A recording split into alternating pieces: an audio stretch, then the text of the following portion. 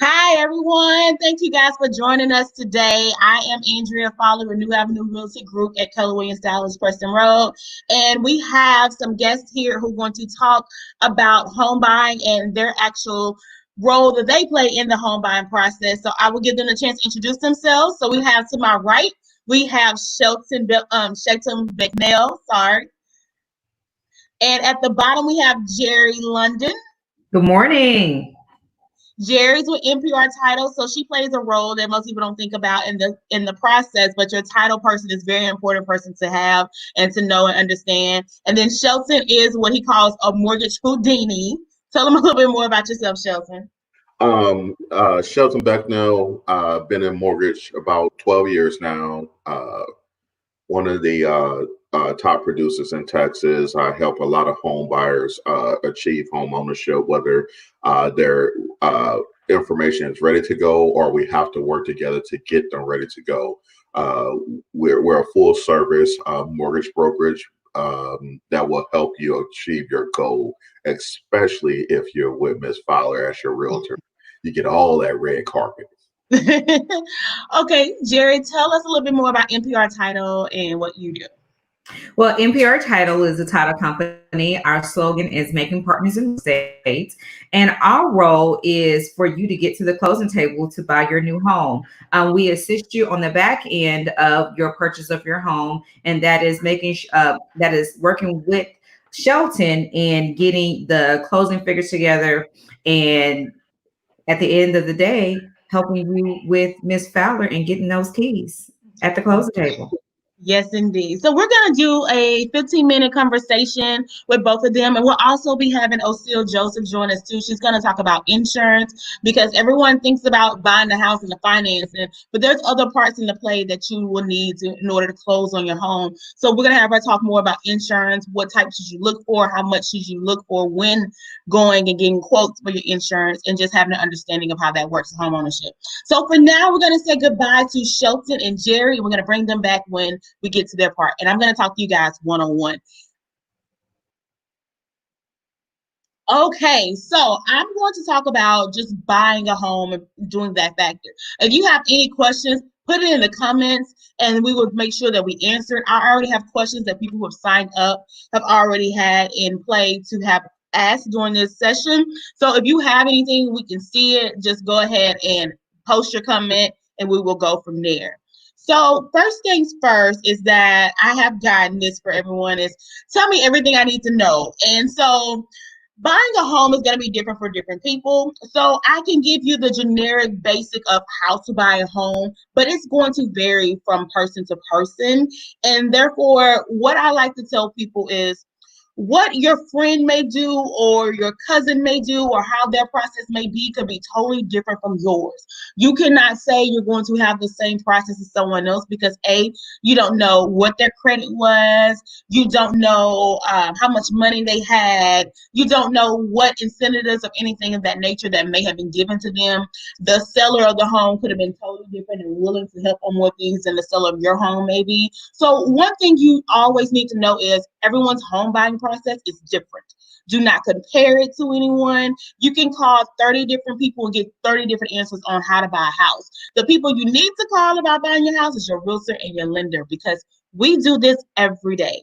Friends, family mean well, but they only buy a house every few years and things change each and every time they try to buy a house. So we're going to go through and we're going to talk about the 6 easy steps to home ownership. So that'll give you guys at least an idea on how to walk through buying a home. And we're also going to talk about facts over fear because we know in today's time, a lot of people have a fear of buying a home and we want to debunk some of those fears that people have. So you guys ready? Okay. So let's talk about just the 6 easy steps of home ownership. So pretty much what you do first is that you need to find a realtor. And a realtor will help educate you about the market, steps to find the criteria to fit the home that you're looking for. So I'll talk a little bit about criteria because everyone has what they're looking for. And depending on which home it is, sometimes you're not going to get everything that you want unless you have the money to spend that. So I always say, what are the top 5 things we're looking for? Label your top 5 things. Let those top 3 be make or break, meaning if it doesn't have this, I'm not buying it. Those two other things are nice to have, but you can pretty much be okay if you don't have it. So there's no such thing as a perfect home. So you don't want to get yourself set up in setting wrong expectations and then you can't find what you're looking for. For instance, I get people who want to buy a brand new house with no HOA and they only want to spend $250 or below.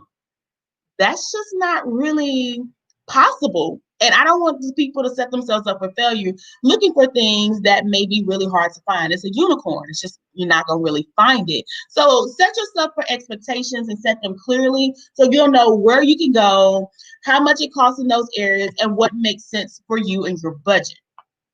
Next thing is I help to coordinate the work of other professionals. So as you see, you have Shelton there, you have Jerry there. That's the work of the realtor in the background, finding people who can work with you and get you to where you're trying to go. We're all here to help everyone meet their goals. So the more honest you are, the more prepared you are, the easier it is for us to say, okay, this is what you need to do because this person can help you with X, and this is how we get you to the goal of homeownership that you have. I also work to negotiate on your behalf and solve any problems that may arise. Sometimes there's no problems and sometimes there are. So what I tell my clients is if you don't see me freaking out, you shouldn't freak out. Because just because it may be it's a big thing for you, for us, it's something that we deal with all the time. So we know how to navigate those issues that come up. We know how to handle those different things. So for me, if I'm not freaking out, you shouldn't be freaking out. Right? So let's talk a little bit over fact over fear. So this is a part that I really, really want to talk about here. I get a lot of people who are telling me, I am scared to buy a house. I am scared to buy a house. And my first thing is, well, how much is your rent? And if your rent is a high amount, you shouldn't be scared to buy a house. And it's scary because we always think about, what if something happens? What if I do this and what if I do that? Guess what? If anything happens, such as the what ifs, or what if I lose my job, you can sell that house, you can rent that house, you can rent out rooms of that house. Never let the what if stop you from moving forward on things that you want to do. And also, what I also want to say in this is understand the mindset of money. I think that hinders a lot of people too, because we think we need X amount of dollars, we need X amount of credit, but understand that if you change the behavior of what you do, you will be able to afford a home. So a lot of people think I don't have enough money to buy my dream house. Your first house does not have to be that dream house. Your first house does not have to be the dream house. I know everybody wants it to be. Your first house should be just that, the first home, meaning that it's a home that you can afford. It's a home that makes sense. And if you have to resell it, it is a home that you can live comfortably in for X amount of years. Because a lot of people think that they're going to live in a home for 30 plus years. And that just is not the case. The average homeowner lives in a home 4 to 7 years. Another fear that people have is that they don't have enough money. There are programs available. They're not going to call first-time home buyer programs. So I'm just going to let you guys know that. There's no such thing as first-time home buyer programs. They're down payment assistance programs, and they come with grants. They're not limited to first-time home buyers. So if you're someone who needs the additional funds to use those programs, then just say, I need those additional funds. Because there's funds out there for people. There's funds out there for teachers. There's funds out there for firefighters. There are different loan programs for doctors and nurses. There are different things out there to help everyone. So if you know that having money is an issue, it's really not an issue for me, and it's really not an issue for Shelton. You just got to tell us what you're looking for and what you need. Now, with that being said, there's no such thing as free money. And if there is somebody giving out $10,000, let me know. I want to figure out where I need to sign up, because that's where I need to be. So do understand, by using other monies that doesn't come from your own pockets, could come with a higher interest rate. It could come on with some extra fees. So do understand that fact. So that's where you're going to have to sit down and figure out which one makes more sense for me. Now, if you absolutely do not have the money, you might have, let's say, $2,000, and that'll get you through paying inspection, paying earnest money, paying the option fee, which I'll talk about a little bit later. If that gets you through that process, just let us know. I have clients recently who I worked at that said, Andrew, I have $5,000. How can I get in a home? Good. You let me know from the beginning so I know exactly how much you have, so I know exactly how we need to negotiate and get you where you need to be. So that's the thing to think about when you're thinking facts over fear. Your first house is just that, the first house to get you to that dream house. It may take 2 or 3 homes to get you to that dream house, and that is okay. because we can't always live our lives trying to keep up with the Joneses, because we don't even know the Joneses may be going through foreclosure. So always stick to your budget and what you can realistically do. Okay. So with that being said, what I want to do is bring the conversation in with Shelton, and we're going to answer a lot of the questions that people have so that we can pretty much talk about what it takes to get into a home and financing that one. Hey, Shelton. Happy to be back. So I know we had a little side out conversation before we started this one, and you wanted something that you wanted us to talk about is just pretty much the proper planning. So let's talk more about planning to buy a home and what people need to do with that. Yeah. So when you're planning, I would say be 3 to 6 months out from the time you need to buy the home, if possible. What happens often is clients call, let's say June 1st, and they just woke up and decided they want to make the attempt, and their lease is up June 30th, and they're like, push, hurry. We need to be out of our apartment by the end of the month. And honestly, it can be done. We've done it many times. Yeah. But at what cost, right? Cost one is that you're not going to enjoy your experience. And this is one of the biggest steps outside of marriage and childbirth that you're going to experience in your life. And you don't want to rush through it. You want to understand it because it's financial literacy, right? You're signing a 30-year note. It has an interest rate. It has a payment. It has repayment terms. It affects your credit. It's debt. For all intents and purposes, it's debt, at least for a few years until it starts having equity. So you want to understand and take your time and go through it. You also want to get with a realtor and a loan officer early in the process. That way you can know what's your buying power, what's your qualifications, what's expected of you as a home buyer, right? Because it's a lot of people that come into this process and don't know how much they need personally. They don't understand zip codes and school districts. And if your son is playing football for Allen ISD, where can you live? Right, that's in your budget that keeps them in the school district. And then Andrea's running around in 30 days trying to make sure your zip code lines up, and it's just not a great experience for you. So proper planning will always deliver the best results. Next thing is financial planning. I have a lot of families that call me, and their question is, Shelton, what do we qualify for? And I'm always redirecting that question, right? I'm always going to ask you, what can you afford? Because at the end of the day, that's what it comes down to. The mortgage is 30 years, 360 months, barring that you don't sell, like Andrea mentioned earlier, or your life doesn't change, or you lease the home out, you're going to be making 360 monthly payments. So my question is always, you comfortably pay? If you're having to bring a sack lunch, or not be able to get your hair done, or cut your quality of life in order to fit into your home, then you may have purchased too much. So I'm going to ask you, what can you afford to realistically pay? Now, saying $400 is not going to do it, right? But what can you realistically pay and not take too many pleasures and needs out of your home? So that's also a budget conversation needs to be had with you and your family, whether it's your spouse or you and yourself or you and your children. What is your financial portfolio looking like when it comes to this mortgage payment? That's part of the plan. Also, how much can you invest? Like Andrea mentioned earlier, whether it's 2,000, 3, 4, 5, if you can put down 20%, 1%, whatever it is, when you come to the lender, it's important that you understand what your boundaries. So I call it like basically setting boundaries, right? You have your payment that can go, in and out, and then you have your upfront that can go up and down. You need to set yourself some boundaries. That way you don't go out of bounds and have a financial problem either upfront or through the long term of the process. Right. Something that I tell a lot of couples, and you can just ask, you can go off on this one. I tell a lot of couples, especially if they're buying their first home, make sure that first home is enough that one person can afford. Now, I'm not saying qualify just on one income or anything like that, but make sure whatever the payment is, even if you guys are qualifying together, one person can afford, because as we see in COVID-19, life happens. You have no control over what actually happens most of the time. And so I like to tell that for a lot of people. So I'm like, if you know you can afford 2,000 and your spouse can afford 1,800, then y'all might need to look for a house that's at 1,800. Because Exactly. what happens if one person loses their job and now the other person has to cover everything, and now you guys are like, well, we're strapped, we can't afford this house. Exactly. Yeah, and that comes with the proper planning. You have Mm-hmm. to have money conversations, and we don't like to have them. I don't. Sometimes I do things without speaking with my wife before I do it, and I'm like, oh yeah, by the way, we're buying another investment property. And she's like, okay.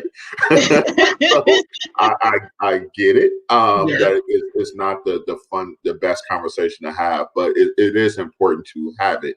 And like Drea said, we want to be able to put you in a home and get things done for you in a smooth, in an elegant way. And we want you to love your home. And don't be afraid to graduate, right? You can always start off small. My first home was like $130,000 home. Very, very humble, very small home. It had everything I needed. Didn't have a lot of what I wanted because I wanted jacuzzi bathtubs and water and a pool table and a piano. It didn't have all that stuff, but it was safe. It was comfortable. It was something I can grow into. I stayed in that little home 5 years. I put some into it, and I sold it in the end and made about 60,000 in profit. And I used that money to buy my next home, which had a lot more of what I wanted. And it's still not it, right? I'm still Yeah. working my way towards my dream home. I probably have two more purchases in my portfolio before I get to a financial position where I can actually afford my dream home. And it's okay just to start small and work your way up. So many people, I'd say, hey, you're approved for $250,000. That's a lot of money. Even when you say it, $250,000, right? That's not enough. I have to have 350. I have to have 400. No, you don't. Right. And it's on the reverse side, I have another family. I'll be like, hey, you're approved for 400. And they're like, well, I only need 150. I'll be able to find everything I need for $150,000. And I always wonder, what's the difference, right, Mm-hmm. between that person at 250 that said that they cannot find a house they need or want at 250, and then the person that can find everything for 150 or 120, right? And a lot of times when you look at the dynamics, the credit scores, you look at the money that's in the bank, you look at the down payment, that person that's conservative doing the 150 generally is more financially qualified, right? Because they're not overextending themselves because they're properly planned for. So that's what I want to keep emphasizing is prepare, plan, save, bite off only what you can chew today, and you can always adjust and move up in the future. Andrea Right. would love to sell your home and then help you buy another one.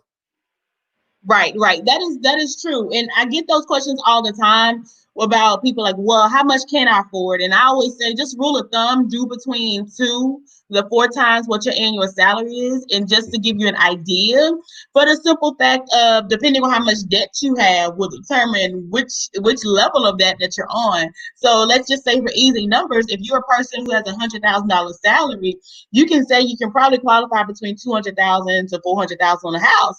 The less debt you have, 400,000 may be a little bit more realistic. The more debt you have, 200,000 may be more realistic. I remember when I first started in this business, people were like, well, we made 6 figures. What you mean we can only afford a house for 150? The amount of debt you have determines how much house you can afford. And so it doesn't matter how much you have together as a couple or just individually, debt, income, and credit score play a major role on what you can and cannot do. Right. All right. Exactly.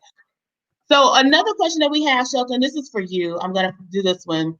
As a first-time home buyer, how much does student loan debt account for, and when taking out a mortgage, should it be paid off in full, or is it considered good credit? It's definitely, if you've done the right things by it, for as making your monthly payment and or keeping it in deferment or forbearance, not letting it go negative, is considered good credit on one end because it's an on-time payment history. On the other end, it also affects your debt to income ratio, which is a high percentage of your credit score. So it's good and bad. Um, I mean, it's hard to pay. Most of the student loans I see are 80 to about 250,000 on average, right? In that boat. I'm in that boat, but I have a house. We'll tell y'all how to get there. Yeah. Okay. Yeah, so it's anywhere from 80 to about 250. So realistically saying let's pay it off in order to buy a home is very difficult, right? That's a lot of money to pay off.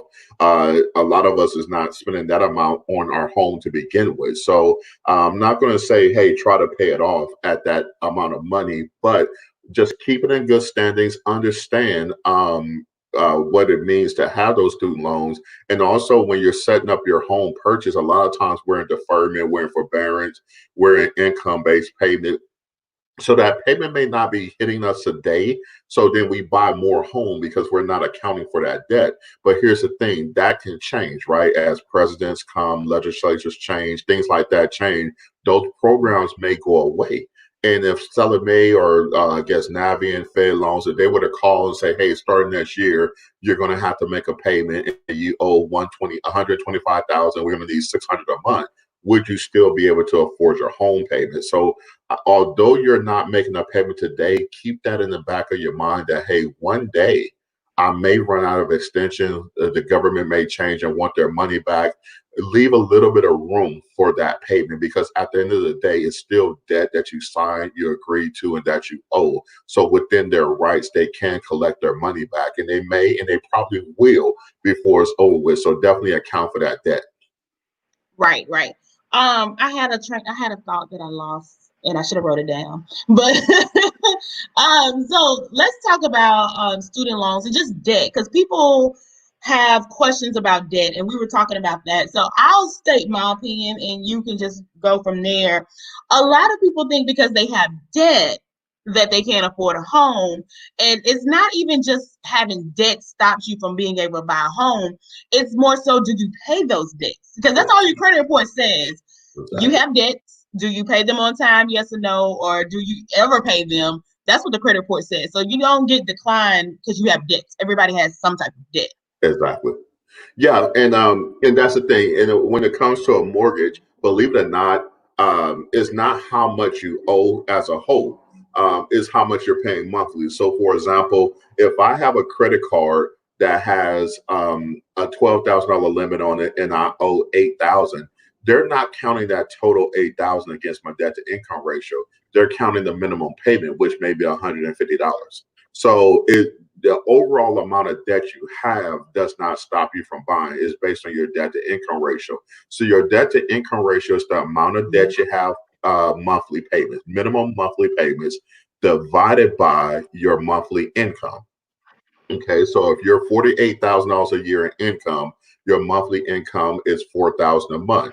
And then they're going to take, so FHA allows you to have a 57% DTI. So they multiply that money, 4,000 a month by 57%.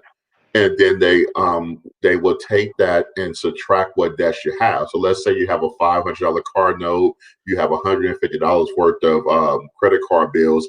They're going to subtract that $650 from the 57%, and whatever's left over is going to be the amount of home you're going to qualify for. Okay, so that's how they come up with your debt to income ratio. Now it doesn't matter if your house, your current home is $250,000 and the payment is $1,600. They're only concerned with the 16, not the 200,000. Okay, and on time payments. How are you paying that debt? Okay, now if you're not current with your current debts and then you're asking for more debt, then the underwriter is going to have an exception with that, right? Because you're not showing the ability to maintain what you already have and you're asking for more. It's kind of like when we were children and you say, hey, mom cooked your favorite movie, mom ordered pizza. It's Friday night, mom ordered pizza. And you have 2 slices on your plate and you're asking for a 3rd slice and you haven't ate the first 2. Mom is probably going to tell you to eat what you already have before you get more, right? It's the same thing with the underwriter. If you're not maintaining the debt you already have in a proper way, they're going to be a little bit hesitant to give you more debt. So and what we're looking for when we underwrite a loan is directly the most recent 12 months is affecting you. And then from that, it goes to 24. Now, they are considering the 24-month picture, but the last 12 is really what stops a loan from going through. So I may have people that apply for a loan in March and they missed their January and February car note. underwriter's going to want to know, how can you now handle a $1,600 mortgage payment when you missed your $350 car note just last month? Right now, there's some things. Hey, I was off work, I was sick, or my kid took sick, and or whatever, and now I'm back at work. I have a higher paying job, and those are called exceptions. So then we'll have to write that up and tell a story of why we feel that we can now handle more debt. But if your job is the same, your income is the same, and you're missing recent payments, they're probably not going to offer you more credit at this time. You want to be. They call it uh the technical term escapes me, but basically, it want to see that you gotten back on your feet. We call it on the street, called get back on your feet, right? Yeah. You want to make sure that you have reestablished yourself. That's what the term I'm looking for. And when they reestablish yourself, they're looking at 12 months. Have you kept everything on time with no new collections in the last 12 months? It's okay that you owe cons from 2015. It's okay that you owe Visa from 2017. In the last 12 months, have you maintained your financial responsibility? If that answer is yes, you have a high likelihood of getting a home. Okay. So I'm going to ask you one more question, and then we're going to move forward towards Jerry, and we're going to talk a little bit more to her, and we'll come back to you in the end when we get everybody together.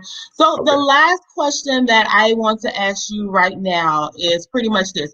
What are the steps needed to repair credit before home buying for pre-approval? Okay, so the steps to improve your credit score is going to be you want to look at your usage of your current credit cards and debt, right? Back to the debt to income ratio. You're going to keep hearing debt to income ratio. A lot of times we focus on credit score, credit score, credit score. Believe it or not, the debt to income ratio is more important than the actual score. So you want to manage, like if you have a $1,000 credit card, you do not want your credit card to be over $300 at the end of the billing statement. So you want to be 30% of usage or less. You also want to look at any low collections. A lot of times we forget about deductibles. We go to the doctor, we go to the physicians, we go to the chiropractor, and we have these $20 and $30 and $40 deductibles that we forget to pay, and they end up on our credit. Things like that. Call Mr. and Mrs. Collection Company. I tell you what, this got away from me. I will gladly give you your $30 deductible, but I want you to agree to delete your stuff from my credit report. That's the fastest way to get those things off. You get the history away from so the underwriter don't see it, and also you get the points back. So anything that you can afford to pay, pay. If it's some big things where you lost your job, or I see where people go through divorce and they take on collections because nobody wants to pay for the Lexus now that we're all mad. Well, those things are larger, so let's dispute those, right? You may want to write a dispute.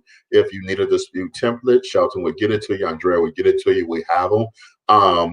But you may want to dispute those items and see if you can have them removed because it's not feasible to pay them at that point. But anything that's $500 or less, I definitely say go call, negotiate a payment for deletion, and that will put you in the best position to buy your home for us credit-wise.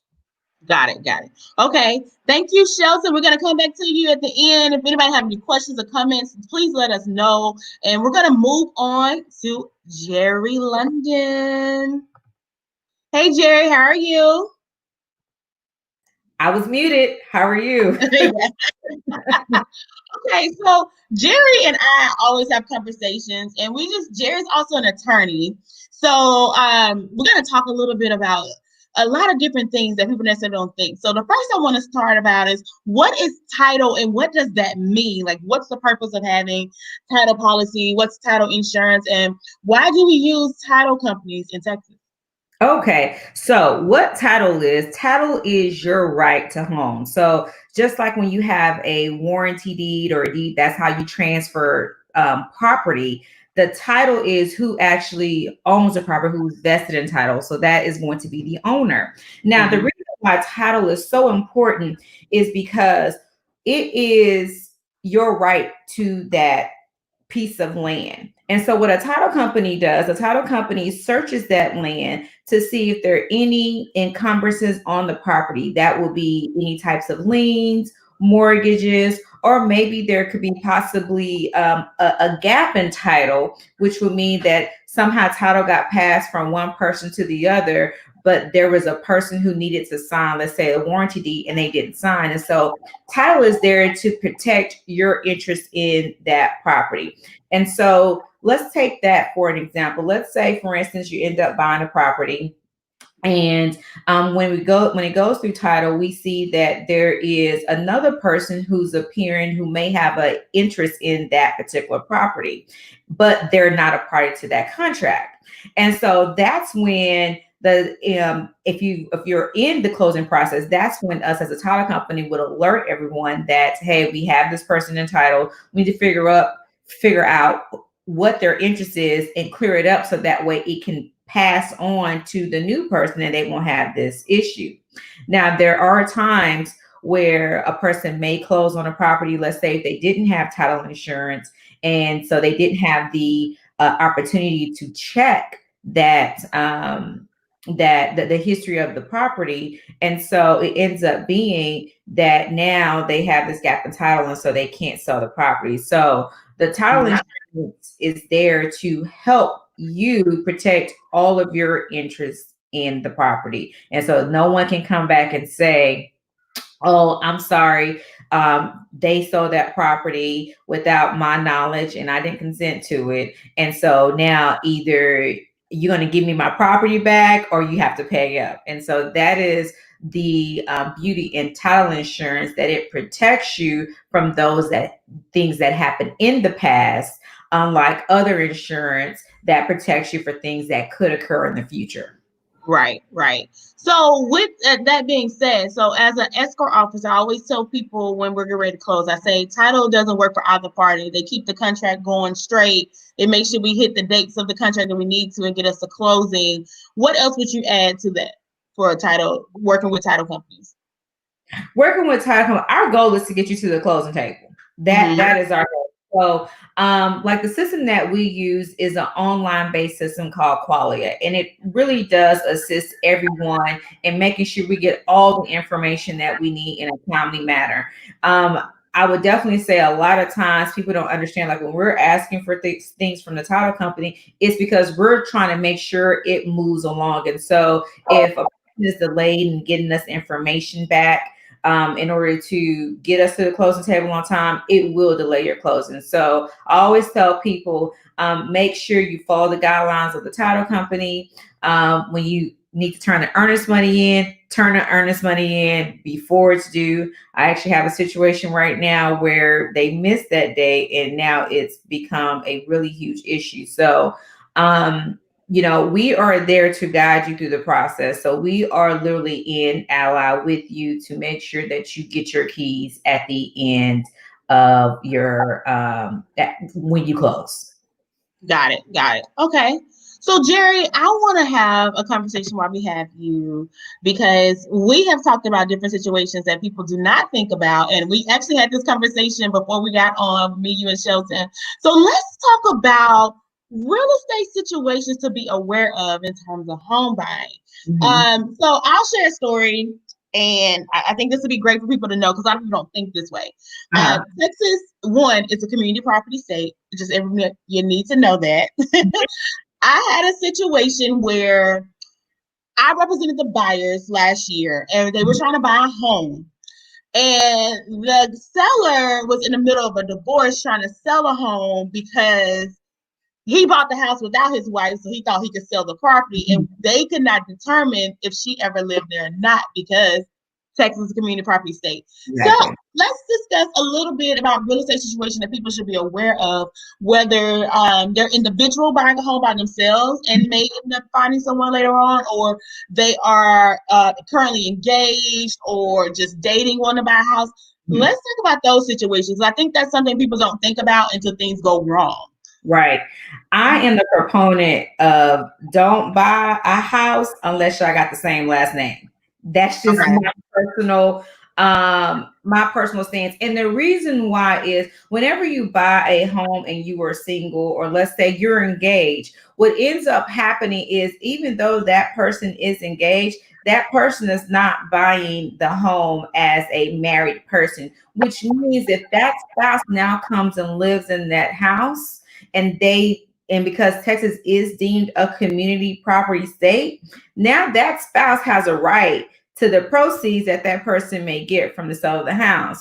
Now that would be really contentious when you talk about a situation where you bought when you were engaged and only one person was on the loan, and then several years later you realize that this ain't gonna work, or that spouse, you get married and that person never moves in. Now you have an issue with how do you split the proceeds, and now this person feels they're entitled to the property because of the fact that they lived in the property and they contributed to the property.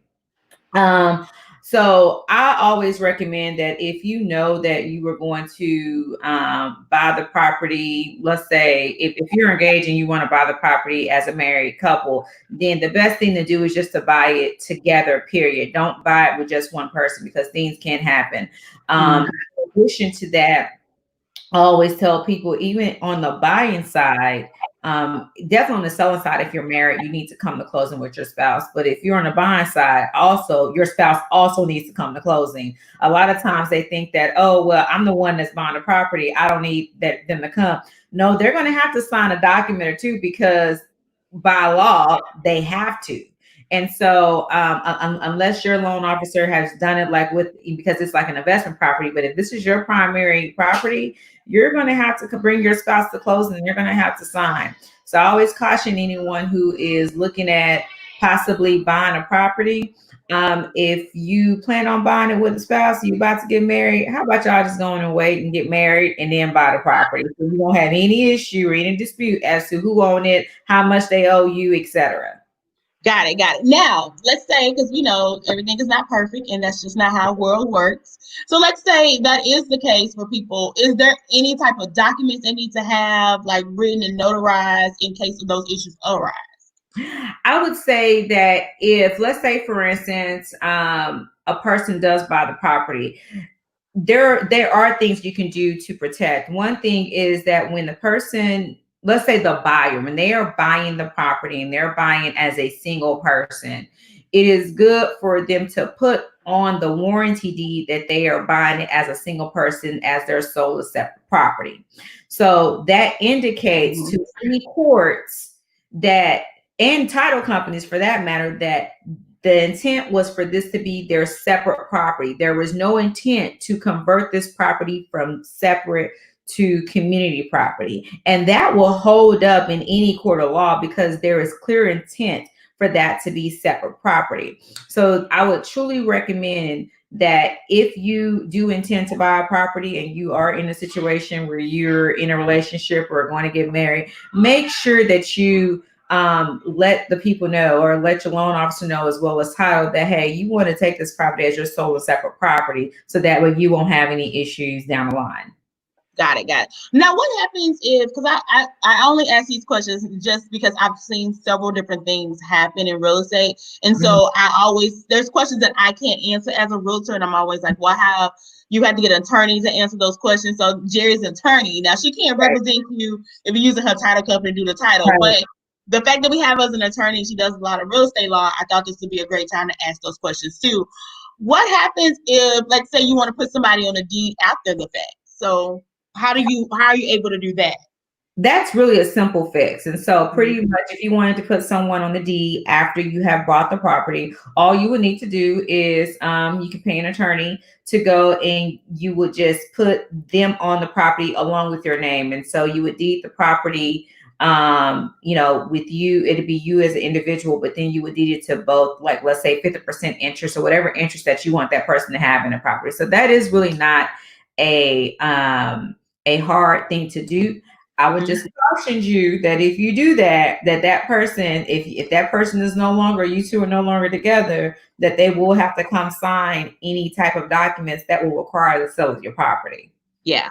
That's the issue we had with that house. My clients had to go find a whole different house, but that was the issue we had, is that the spouse in the situation was not willing to sign off on anything if she wasn't getting a part of it. So we had to go find another house in like 2 weeks. I think you had to go find it in 2 weeks and just be like trying to get it all said and done, it was tough, but we made it.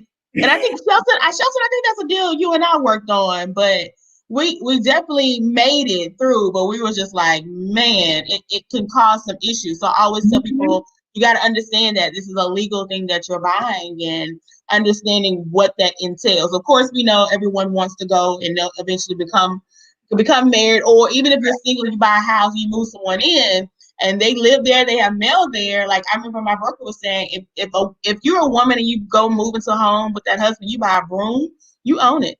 Yep. She was like, point blank simple. So think about that too as you guys looking to go into buying a home or moving people in or things of that nature. Do understand that Texas is a community property state. Yep, it is. It is. It is. And so always be aware of that. And do not, I caution you, do not do quick claim deeds, because quick claim deeds are not recognized in Texas. Good to know. Good to know. So what type of deeds would you suggest people do? I always say, if you can't do a quick claim, if you're just trying to transfer a property, there are different types of deeds you can do. There are gift deeds, there are special warranty deeds. I would definitely say, before you decide to deed any type of property, call an attorney. It's not going to be that expensive, and it's going to save you a lot of money in the long run, because you have to remember that a home is probably one of the most expensive purchases a person will make. So protect that at all costs. Call an attorney. An attorney can guide you through the process for your specific situation. Got it. Got it. Okay, Jerry, I appreciate you talking to us. If you guys have any questions, like I said, feel free to share your questions and post them on the comments on the YouTube or the Facebook. We will answer them. We have one question. I'm going to add Shelton back into this. We're waiting on our one person to join, but I'm going to add Shelton to this. So, Shelton, we did get a question on Facebook, and it says, what should I do if the collection agency does not agree to PTD? It's really not much you can do except for keep asking. Or what I would do is simply pay it and wait about 30 days and then dispute it, because a lot of times you'll find after they have their money, they're not interested in fighting any longer. So if you were to say, hey, after you paid it or settled it for 50%, and then you go back and dispute it and say, hey, this is either not mine, or I want to validate this account to make sure they have their legal ramifications to be on my credit report, and I've already received my money, there's no profit in it for me, chances of me paying someone to dig out the archives and prove that that's your debt is very slim, because I have nothing to gain from it. So a lot of times I'm not going to respond, or I would just let it be removed, because that's the path of least resistance. Got it. Got it. Okay. Okay. So I'm going to go back to some other questions. Here's a question that we got before the event. It says, will I have to pay closing fees? Which one of you guys want to talk about what closing fees are? And I will talk about the paying part. You got to pay. Shelton, as a lender, what are fees that people should expect for closing fees? Because we talk about down payment all day. People don't know about closing costs in order to close on the loan. Yeah, so closing costs, you're going to have it's a lot of categories. You have your lender fees, you have your well, for me, anything that's not a lender fee, I consider it a third party. Your third party may be your title company, it may be your appraiser, your surveyor, your realtor. Just depends on I mean, it's all third party to me, but there's a lot of individual fees that go along with a transaction, because there's a lot of people that's working for you on your behalf. Like I said, the surveyor, the appraiser, the lender, the realtor, the title company does a lot. And inside of the title company, there's a probably 100 different companies that they have to communicate with: the city, the government, the tax certificates. There's so much that goes along, and everyone wants to collect a fee. So there's definitely always closing costs. Now, whether you're paying them or if your realtor, Andrea, is able to negotiate where the seller pays them, regardless of the fact, someone is going to have to pay in order for us to play. Right. This is true. This is true. And so what I tell people, like you just said, Shelton, those are different type of costs that you have. Also, part of your closing costs is just the escrow. So Yeah. being able to set up an escrow account that you can't get away from that. A lot of times the lenders like to see how many months, maybe like 3 months of escrow paid up. Yeah, so typically we're going to collect the months that have elapsed through the year. So let's say now we're in June. So they're going to collect 7 months to get through July, and then typically another 2 months because you don't pay July or August. So they're going to collect right now on taxes. They're going to collect about 10 months. Now the seller will rebate you or should rebate you year to date. So the seller will be giving you a credit for the first 6 months. Just give or take, it's probably about 5.5 at this point, but let's just call it 6. So your net would be 3 months of collection on taxes, and then you pay a full year of insurance because insurance is paid in advance. A lot of people don't realize, even on our cars, when we make our monthly insurance payment, we're paying for the month that we're going to use, not the month we use. So cable, we pay, we watch TV, then we pay. Insurance, you pay, then you drive. Okay. So that's the difference. So you're going to pay a full 12 months plus an additional 3 to establish your escrow account. So you have 15 months of insurance and about 3 months net of taxes that you're going to pay at closing. Mm-hmm. Okay. So that works. Another question I'm going to talk about, we have this one. How do I get the most out of purchasing a new construction home? So if you follow me on Instagram or any type of social media, you know I'm always highlighting new construction homes. So in order to get the most is to understand really what happens. So a new construction home is just a brand new home that no one has really lived in. You do not necessarily have to build it. It could be something that's already built or something that they're in the middle of building. It could also be a home that you do go and build. And how to get the most out of it is just understand what you're wanting and understand how builders play.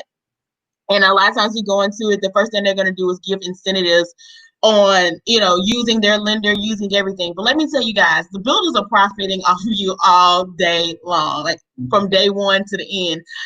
There was a question in my office real estate group, and it was like, how the builders lenders giving 10,000 closing costs. How do I get to compete with this lender? And another agent was like, you can't. They can't compete.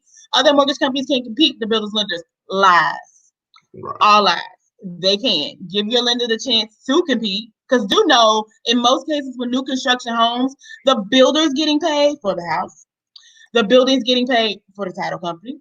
The builder's getting paid from the lender. The builder's getting paid off of you 3 to 4 times.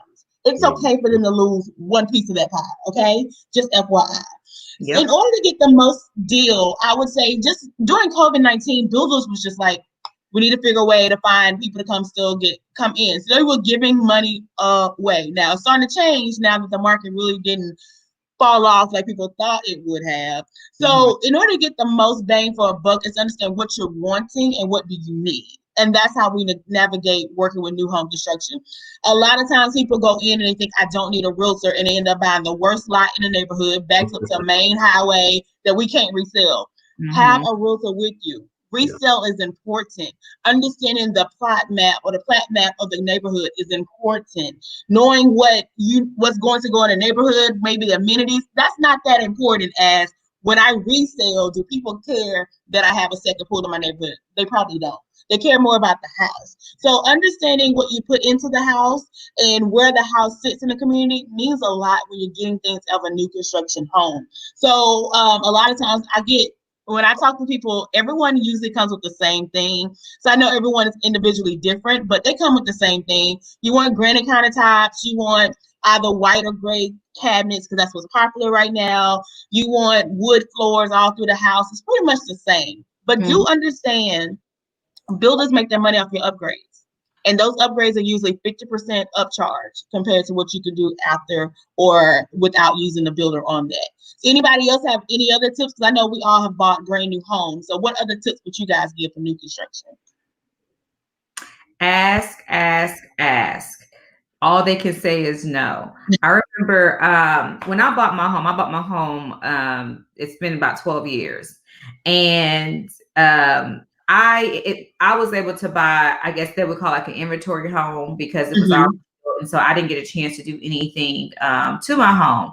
However, I was like, you know what? Let me ask them for my refrigerator and my washer and dryer. And Mhm. so I was so, and then also too, we blinds, because a lot of people don't even think about blinds. You know, that is a huge expense. And Yes. so, and I don't know what they're doing now, but you know, back in the day, that was not included in the blinds were not included within, you know, the you buying your home. So at any rate, I asked for all of that. And they gave it to me, and I was like, and my husband at the time, my husband, he was like, "Oh, they're not going to give you that." I'm like, "Well, all they can say is no." Right. I'm not going to be out anything, so I might as well ask and see what I can get for it. And mind you, we had just gotten married. We were, you know, like in our like 27, 28. So we didn't know, this is our first time buying a house. And we were able to, I mean, we literally moved into a move-in ready home. We didn't have to buy anything for our home. So I always tell you, have a realtor there to protect you, and ask, and they're going to do that. But just you'll be amazed at some of the things that you'll likely be able to get. And that's why it's so important to have representation. It is so, Yes. you know, my husband and I were fortunate to be attorneys, so we knew, you know, kind of what to ask for. But even so, and also too, we had experience in real estate. But had I had not had that experience, I would have definitely had a realtor with me, because I mean, there are certain things that I just, you know, wouldn't know what to ask for if I hadn't already had the experience in working in the industry. Right. And it doesn't matter which builder you work with either. You guys, for me, I'm a certified new home specialist. Every builder works the same. It doesn't matter if it's a high-end Toll Brothers builder or if it's a Dior Hoard Express. Every builder works the exact same. And they all have the same pretty much guidelines that they go through. So it really doesn't change no matter how expensive the home is or how less expensive the home is. Something else, I keep losing my train of thought. I should be writing it down as I talk. But a lot of times with new construction too, speaking of, that's what I wanted to say, Jerry, because Jerry, you moved to a city when it was nothing. And I get that, huh? Nothing.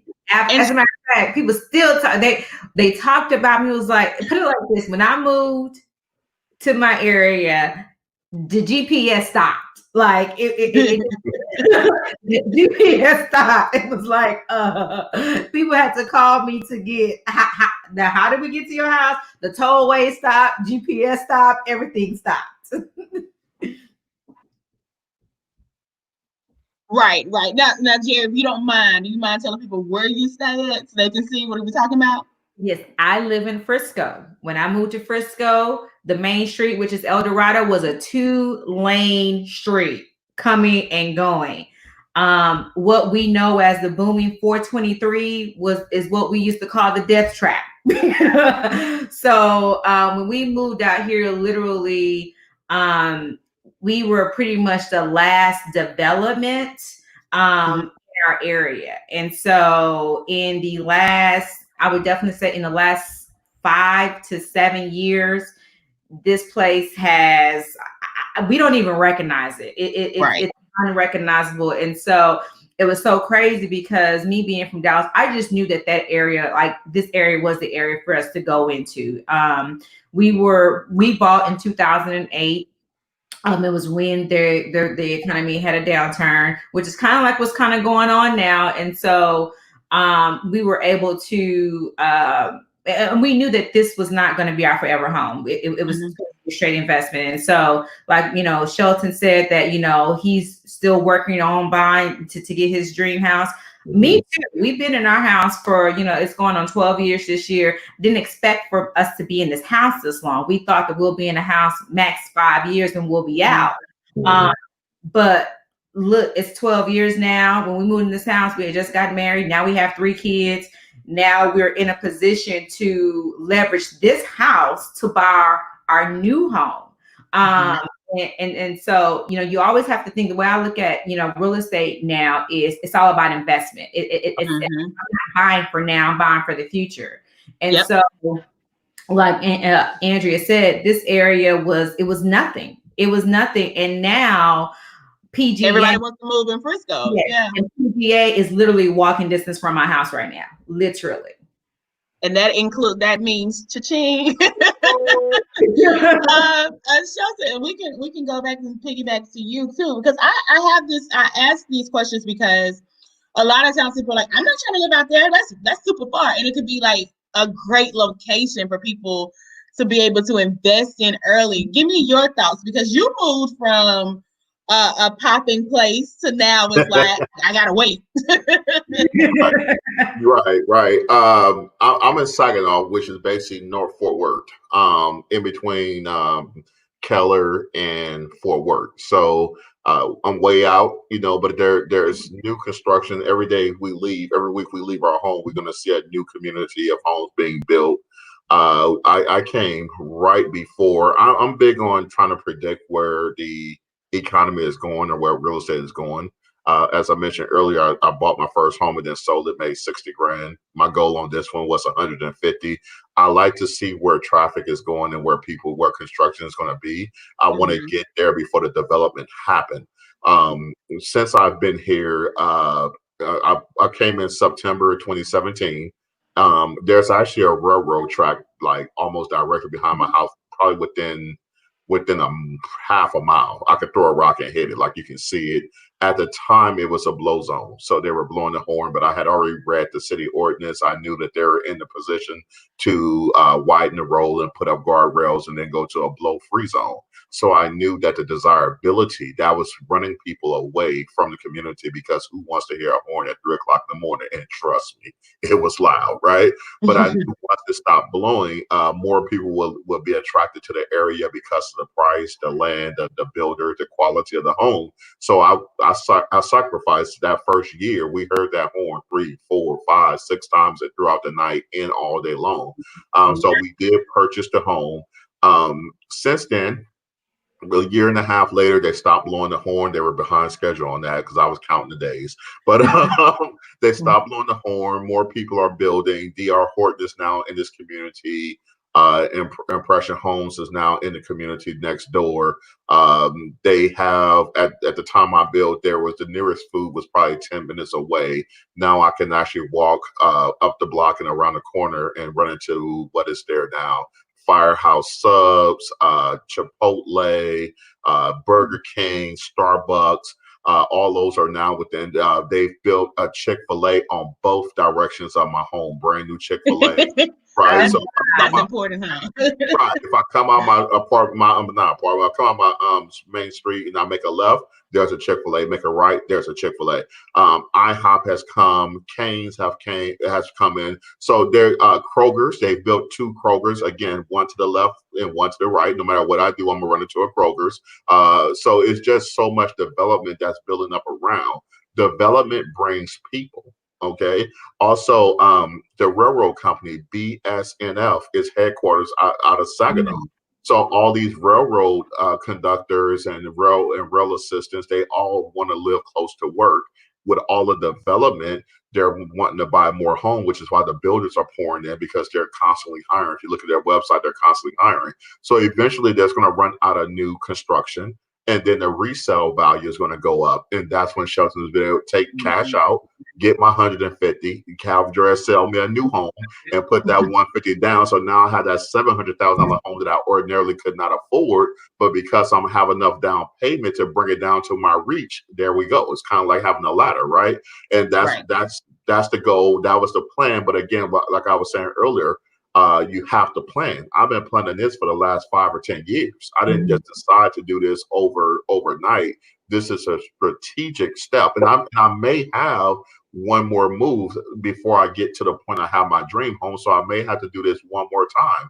And you know what? I'm okay with that. Yeah. Got it. We're gonna talk about 2 more things. There's another question that we have from YouTube. She says, Doria, she said, my husband and I are first-time homebuyers and we're looking to buy without a realtor. Is that possible? Doria, that is possible. However, it costs you $0 to use a realtor to work on your behalf.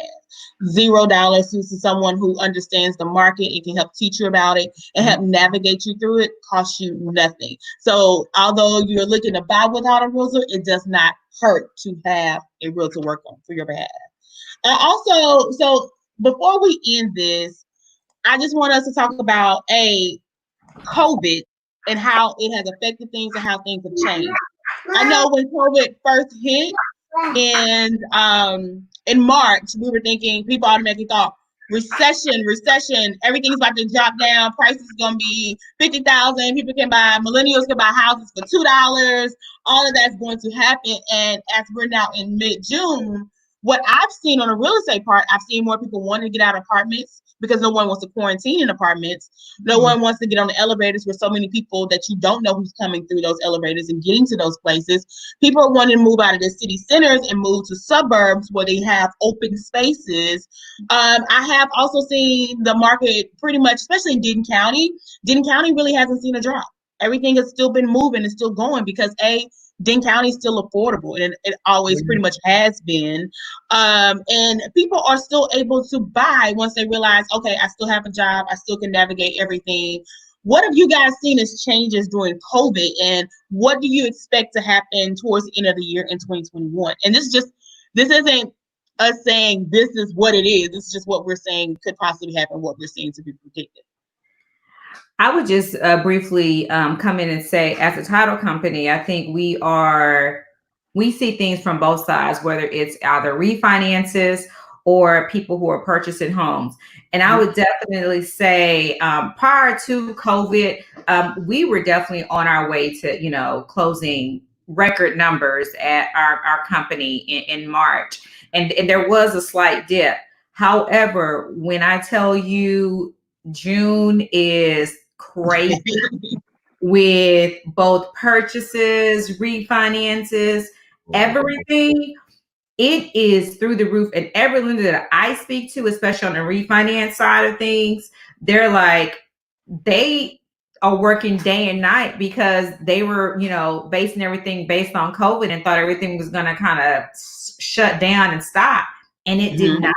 It did not. And it's rocking and rolling. And so, I definitely think that people are taking advantage of the opportunities that are there in the community. And so on this side of things, since I see both on purchases and refinances, and the interest rates that I see at the closing table, I'm like, I think I may need to consider buying another house right now. Right. I closed one on Friday and the buyer had a 2.75% interest rate. The cost of borrowing money is cheap right now. Super cheap. It's crazy. Shelton. Crazy. Yep. 2.75 is about. What are your thoughts on COVID-19 in real estate, Shelton? For me, initially, a lot of the lenders were scared. So you start to see a lot of investors pull their money back, not wanting to do a lot of low credit score, not wanting to do people that did not have a lot of money in the bank, not wanting to do first-time home buyer programs. They just really kind of just wanted to pull their money off the table and kind of watch to see what's happening. Now you're starting to see it open back up. We're actually becoming more profitable. Well, not profitable, but I'm having more traction in my office than I had before COVID-19. Could largely be because people are home. They're able to see homes, and also maybe they're realizing, hey, now that I'm in this apartment 24/7 with my 2 children and my husband or my wife, my spouse, or whatever, that but we actually do need more space because everybody's on top of each other, right? And I think that has a lot to do with it as well. But we did see a lot of people withdrawing their money, a lot of investors, a lot of companies that were just like, oh no, especially after the president came out and announced that, hey, don't make your mortgage payments, don't make your rent payments, save your money. Well, believe it or not, a lot of lenders cannot afford for people not to pay, so they were like, hey, if we're about to lose billions, we cannot afford to continue to lend billions. So they pulled that money off. I had a lot of clients. I had over 25 clients that was affected in April because investors decided to not lend until further notice. Now everything is going back. We were at a 680 credit score requirement. Now we're back to a 620. Now before COVID-19, we were at a 500, right? So we're slowly getting back to where we were, and things are going back to normal. So any buyer today that applies probably would not notice a difference at all because we're pretty much back to normal. Mm-hmm. Got it. And I say, like Jerry said, this is a great opportunity. I've been able to get closing costs paid for my buyers, even on resale. Whereas if you would have did like last year or earlier this year before COVID happened, wouldn't have happened. Multiple offers are still happening. So I have one agent friend who had 30 offers on the listing she had, and one of my client was one of the offers, and I was trying to sweet talk us into the deal, but it didn't work that way. So things are still happening, rocking and rolling. So you're not really seeing a depreciation of a lot of things. We're not even seeing home prices really stop, and it's really because in the real estate world we have low inventory. Like, we really, really do. A lot of sellers aren't scared to put their house on the market because they don't want people walking in and out their house. Builders can't get enough out there to get homes out there for people because you got a delay in the city because a lot of cities are closed. I have clients who contracted back in February. We're just not starting to build job. Yeah. And, just those different delays are happening. So real estate's happening. Some delays are happening. Go with great expectations and knowing that, hey, I'm trying to lock in so I can at least get a good bang for our buck, because a lot of people are still getting rates mid threes, below 3%. And things are just happening, and the cost of borrowing money is low. Like, even if you get 4%, the cost of borrowing money is low. So use that as an opportunity from there. I think we have one more question before we leave. Okay, Keon has another question. She says, can you explain mortgage score versus FICO score? And I think that means like Vantage score versus FICO score. Shelton? Oh, I'm sorry. One more. Oh, go ahead. I'm sorry. No, she wanted to know, she said mortgage score versus FICO score, but I think that means like Vantage score versus FICO, because I know with mortgages, you guys are looking at the FICO score. Yeah, we're looking at the FICO. I don't know a lot about Vantage scores. I don't use them, don't have any experience with them, but we definitely use FICO. So a lot of times I have people that call and say, well, my credit score is a 640, and they're looking at Credit Karma or some other free site, and it's not a real reflection of what what we're going to see when we pull your credit score. So before you assume that your credit score is good based on Credit Karma, and most of us know, right? If you've been paying your stuff on time, if the Vantage score that you're seeing on Credit Karma is reflective of your real score, and if it seems a little bit high considering that you haven't paid anyone on time, right? So none of us should be surprised, right? We know how we've maintained our credit, but we always recommend getting a real credit pull by a lender, a professional lender. That way, you will know what your score is. It costs money to pull a credit score. So any of those free sites that's telling you that they're giving you your report for free or telling you your score for free, I would be kind of leery of trusting that score. Now, the information is usually correct. I use Credit Karma to kind of see what the balances are, who I owe, has any new collections popped up. I'm not actually watching Credit Karma for the score because I know it's not reflective of what a lender will see. Right. And the difference mainly, the Vantage score, they have a different scoring model than the FICO scores. So just be very wary of that. So whenever people tell me their credit score and they say they got it from Credit Karma, I'm like, the lender is going to look at something totally different. Credit Karma is a little finicky because my Credit Karma score is low, but the actual score is like 50, 60 points higher. And it could be same with someone who may have a high Credit Karma score and the actual score be a little bit lower than that. So purchasing a home, you want to get with a lender like Shelton and discover what your credit score could be. Hold on, I got one more comment. It says she thinks she means FICO 8 versus FICO 2 scores. So talk about the different type of FICOs too, Shelton. I'm gonna be honest. I don't know the different type of FICOs. I don't get that deep into credit, honestly, to know the different levels. I know that I hit this here button and it thinks for about 40 seconds, and then 3 scores pop up. I do get that question a lot, but I don't know which scores that they're actually using and the difference. Again, if you've been paying people on time and your balances are respectively low or moderate for your credit limits, then you're going to pretty much be okay when it comes to your mortgage pool. If you've missed payments recently and have issues, it does, we're that's a lot of times we're looking at different scores because we're trying to navigate around something. I don't know which one we use, to be honest. If I knew, I promise I would tell, but I really don't know. That's more of a credit repair type of question. Or scenario or focus, and we're more so focused on the mortgage loan, which is going to be looking at your most recent 24 months and how you handled your debts and responsibilities. So let me ask you, can I ask a question? Mhm. Is there any softwares that you all recommend, or not software, but credit monitoring system that is probably most reflective of what a mortgage score or a mortgager would look at? Again, I don't focus a lot on the score. I'm more about the credit itself, right? Mhm. So any of the programs, I like Credit Wise for looking at, because my categories are what I have open and how I've made my payments. It tells you your on time payments. When you go into the home screen, it tell you your credit usage based on the balances and what you are qualified for on your credit card. So I like that summary screen. Don't A lot of times we get so caught up on the score. The score Mhm. is not everything. Focus on what's on your report. How are you using your credit versus how much you're approved versus what you're using. Also, your payment history and who do you owe, and is it secured or unsecured. That's more of a what the Okay. underwriter is looking at. Because believe it or not, I have people with 800 credit scores that are declining all day, every day, especially when it comes to debt to income ratio.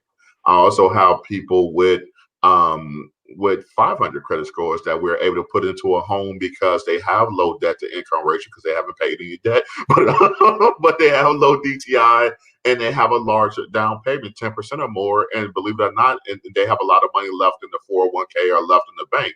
The bank prefers money over credit. Right. So your credit score is not everything. If I have someone with a 550 credit score that has 10% down and have 50,000 left over after closing, and I have someone with an 800 credit score using deep down payment assistance and no money left over at the closing. Believe it or not, the bank feels better with that 550 with Mhm. 10% down in equity with money left over for emergencies than they do with an 800. Reason being is you can't pay the lender back with credit, right? You have to pay them back with hard cold dollars, and that's what they prefer. They'd rather you have a low DTI, put some equity in the home, and have some money left over. Mhm. Okay. Okay. Are there anybody have any final questions? You want to give out a quick tip that you guys think should be used for anyone watching this before we end? And I'm going to give away some door prizes before we end, but let's leave with a tip you want to give people before we end today. Jerry, you want to go first? Um, my main tip is work with a realtor. Work with a knowledgeable realtor, and more importantly, work with this realtor.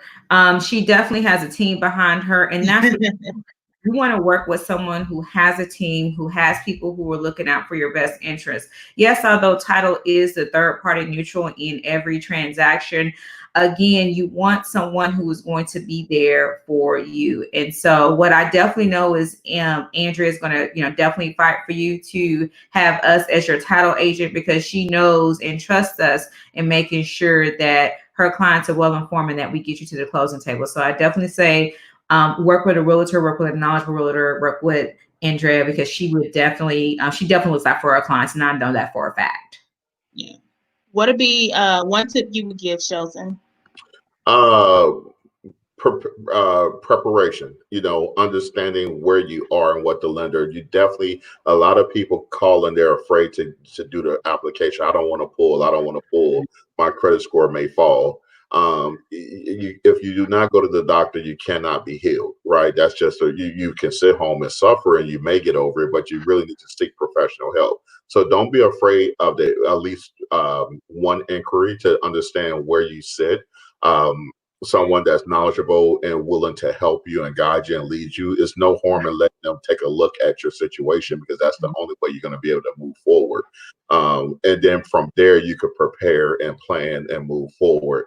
And understand your credit as a whole and not just the score. Understand where you sit on debt to income ratio. Understand where you sit on payment history. The whole picture, and not so much the score models. That will definitely lead you down the path of success. Also, savings. Have some money to invest in your home. So basically, I guess my one tip is just to prepare financially on the overall. Got it.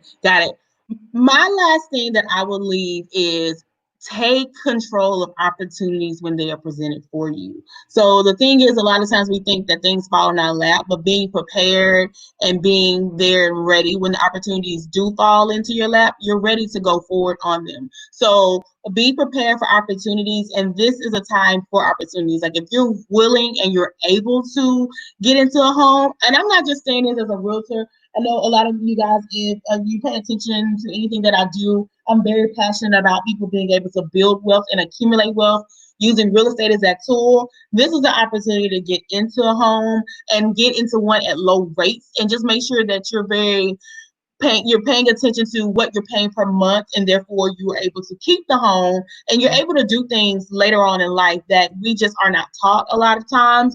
And I'm very passionate, especially about Black home ownership. The gap is like 30% between all our other counterparts, and to be able to raise the awareness of what we can do to build wealth, real estate is one of those tools for us to do it. And that's just something that I always mention, I talk about. You guys always see me put up pictures of nice and beautiful houses, but I always say I'm here to talk about you using this as a wealth building tool and not just somewhere that you raise your family. You got to think about that at the end of the day. So take opportunities, the thing that I will leave you guys with. And wrapping up, we didn't get the chance to get Osil on to talk about homeowners insurance, but what we're going to do is I'm going to do a Tuesday tip live with her, and we'll just talk about different insurances to have and how to go about looking for homeowners insurance, because I know she can give a little bit more details into that, because that stumbles up a lot of clients when we're looking at the home insurance plans. But I do want to say, I want to give a special thanks to Doria, Kia, and Chelsea for commenting and giving us questions during our live. You guys, if you can send me an email with send me an email with your contact information, you guys are going to get Amazon gift cards from me, so you guys can order something today. So send me at atfowler@kw.com, and I'm going to put it in the comments so y'all can see it. Send me your contact information, and I am going to email you guys Amazon gift card that you guys can go and buy something from Amazon. So if you guys have any other questions, let us know. I'm going to let Jerry and Shelton give you their contact information. So if you have more questions for them, they can definitely do that. Let's start with Jerry. How can people reach you? All right. You can reach me. My company name is mprtitle.com. You can also reach me by phone at 214-396-2300, or you can reach me by email at docs, which is D as in dog, O as in opera, C as in cat, S as in Sam, at mprtitle.com. Shelton Becknell. My email is going to be Shelton, SHELTON, at Verity, VERITY, mortgage, MORTGAGE.com. Best way to contact me is through the email. Email me any questions you may have, any tips. If you just want to know what to do in a particular situation, I'm here to help. I'm full of knowledge. I'm going to be speaking fast because I'm always busy. As y'all can see, I keep looking off because my phone is going crazy. My emails are as well, but I will help. I love to educate. I love to be a part of success. I love wins, and I will be here to take care of you. Okay. And to reach me, you can find me on my social media platforms. It is at NEWAVEREALTY, or you can call me at 972-813-9788. I am a texter, so if you guys prefer texting, I will text you all day. If you prefer phone calls, I will chat with you as well. So if you guys have any questions, feel free to hit me up on social media, send me a text or a call, or just email me too. You can find all my contact information, all my social media informations too. But I want to thank everyone for joining us today. And I hope you guys have learned a lot about buying a home in 2020 and beyond. If you have specific questions for your own situation, you can contact either one of us, and we'll be more than happy to give you an answer and just go into detail about your own personal situation. And I just want to say thank you guys for joining us today, and I hope to do this again soon. This is fun. Like, I like in person, so that's why it's been so long before I did one of these, because I definitely enjoy talking to people in person. So we'll probably do another one of these next month if everyone's still down, and we can go from there. Have a great Saturday, and I hope you guys have enjoyed this today.